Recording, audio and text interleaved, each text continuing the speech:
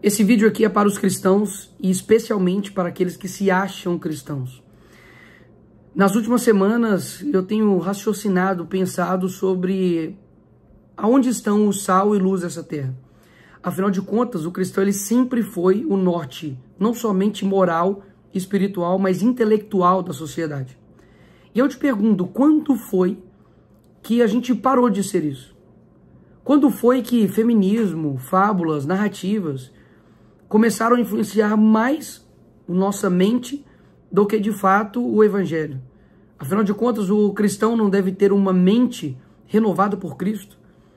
Uma mente renovada por Cristo não pode apoiar matar crianças inocentes, seja no ventre ou fora dele.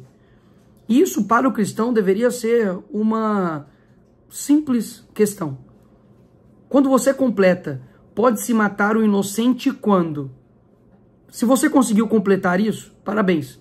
Você acaba de começar um genocídio.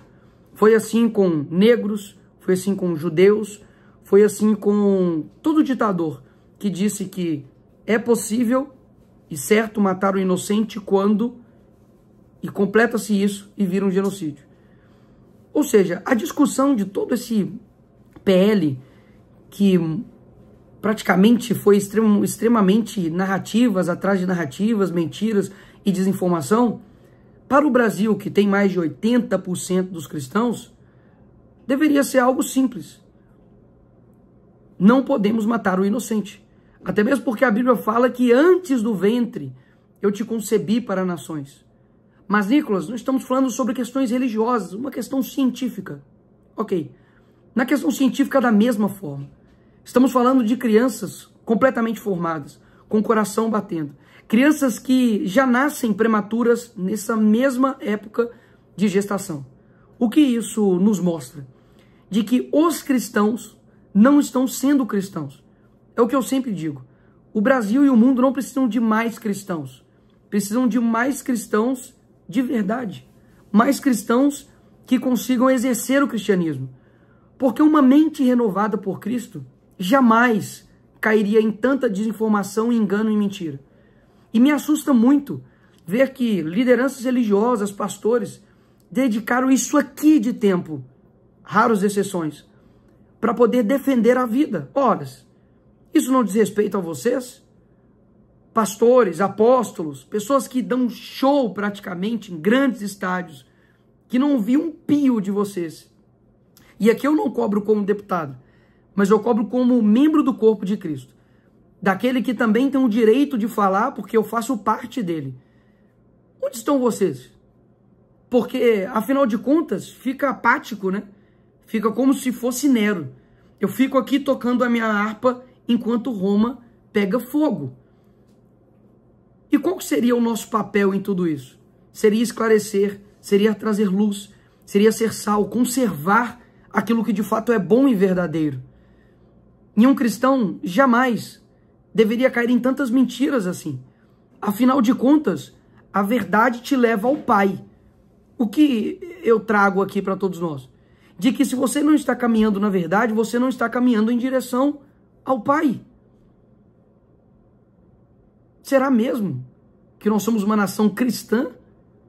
Nós somos uma nação de conservadores? Ora, eu vi tantas pessoas esclarecidas, pessoas inteligentes, que simplesmente estavam defendendo matar uma criança porque algo horrível aconteceu. E quando nós cristãos começarmos de fato a defender aquilo que é bíblico, o mundo achará loucura? É claro que o mundo achará loucura, mas eu não estou falando do mundo, eu estou falando da igreja. A igreja tem achado loucura o evangelho. Isso para mim não é novidade também. Porque a Bíblia fala que nos últimos tempos isso acontecerá. Em Oséias já deixava isso bem claro, que o meu povo perece por falta de conhecimento. Ou seja, quantos cristãos de fato estão dispostos a morrer pelo evangelho, a defender o evangelho? Eu não digo aqui no sentido, no sentido de buscar o sacrifício, de ir atrás, do sofrimento, não. Eu estou dizendo que, antigamente, Daniel ele mudou toda a Babilônia, porque, de fato, ele tinha posicionamento e propósito. Davi da mesma forma, Josué da mesma forma, Caleb da mesma forma. Agora, se os cristãos não estão aguentando a pressão do mundo, nós vamos aguentar o quê? Porque, Nicolas, se eu postar isso, eu serei taxado de PR do estuprador. Ora, use a tua verdade. Isto é mentira. E quando você precisar defender a vida, independente de qualquer coisa? Afinal de contas, o cristão, ele nunca completa. É possível matar um inocente quando?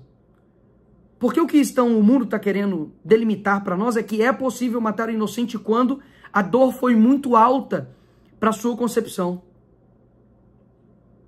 Não vejo argumento bíblico algum para poder defender isso.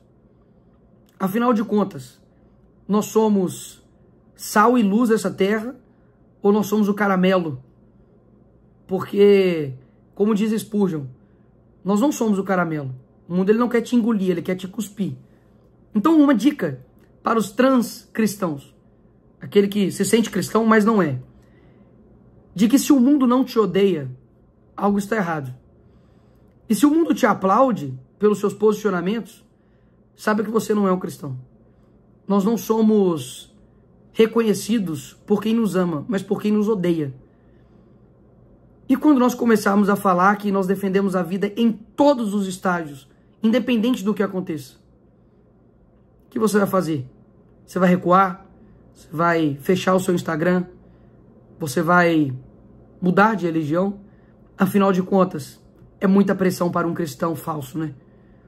O que eu tenho para dizer aqui é que nós estamos no começo do fim, é o que eu estou sentindo. De que para algo tão simples, a igreja está sendo tão enganada, é porque de fato está na hora do Senhor voltar. Está na hora do Senhor mostrar de fato quem é quem. E não se engane, porque a Bíblia é extremamente clara contra aqueles que lutam pela justiça e aqueles que possuem sangue de crianças inocentes em suas mãos. Esse desabafo aqui não é de um deputado. Esse desabafo aqui é de um cristão que tem erros, falhas e que só está de pé por conta da misericórdia do Senhor. Mas um cristão que entendeu o seu propósito e que jamais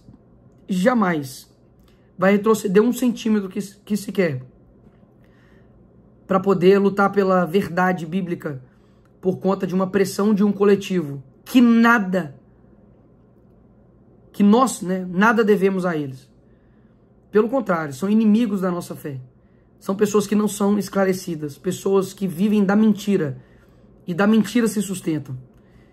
Então você que é cristão, saiba que se você está tomando um posicionamento certo, que o Senhor te encoraje e continue firme. Agora, se você é um falso cristão, que está entre esses 80% aí, saiba que é momento de você tomar uma posição diferente. Caso contrário, vai ser muito ruim ouvir do Senhor: eu não te conheço e eu nunca te vi. Porque aquele que se não coloca de dedicar o seu tempo e a sua energia para poder defender uma vida inocente, que poderia ser você, eu não sei se de fato teu coração consegue se colocar à disposição de defender nada mais. É isso, simplesmente isso. Palavras sinceras de um coração indignado com a frouxidão e covardia dos falsos cristãos no Brasil.